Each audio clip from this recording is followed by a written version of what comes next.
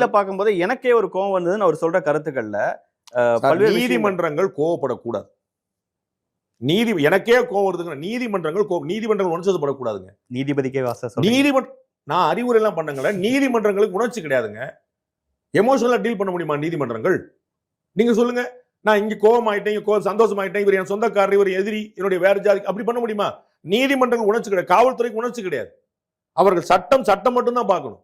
அவர்கள் முன்னாடி என்ன டேபிள் வைக்கப்படுதோ பார்க்கணும். சார் இவரு மும்பை அட்டாக்ல யார் பண்ணான்னு எல்லாருக்கும் தெரியும் சார். கண்கூடா வீடியோ எவிடன்ஸ் இருக்கு சார். தப்பா ஒண்ணு யோசிக்க வேண்டியது இல்ல. பாகிஸ்தான் பையன் பண்ணாங்கிற உயிரோட ஒருத்தரை பிடிச்சோம். அவன் தான் பண்ணாங்க இருக்குன்னு 1008 ப்ரூஃப் இருக்கு. ஏன் சார் விசாரணை வச்சோம்? சட்டம். அவருடைய ஏஜ் ஏன் சார் பார்த்தோம்? மைனரா மேஜரான்னு பார்த்தோம் சார். ஏன் சார் பார்த்தோம்? நல்லா தெரிஞ்ச விஷயத்துக்கு, வீடியோ ஃபுட்டேஜ் இருக்கிற விஷயத்துக்கு. அதான் சார் சட்டம். அங்க எமோஷன் நீதிபதி நானே பார்த்து நீதிபதி சாட்சியாக முடியாது.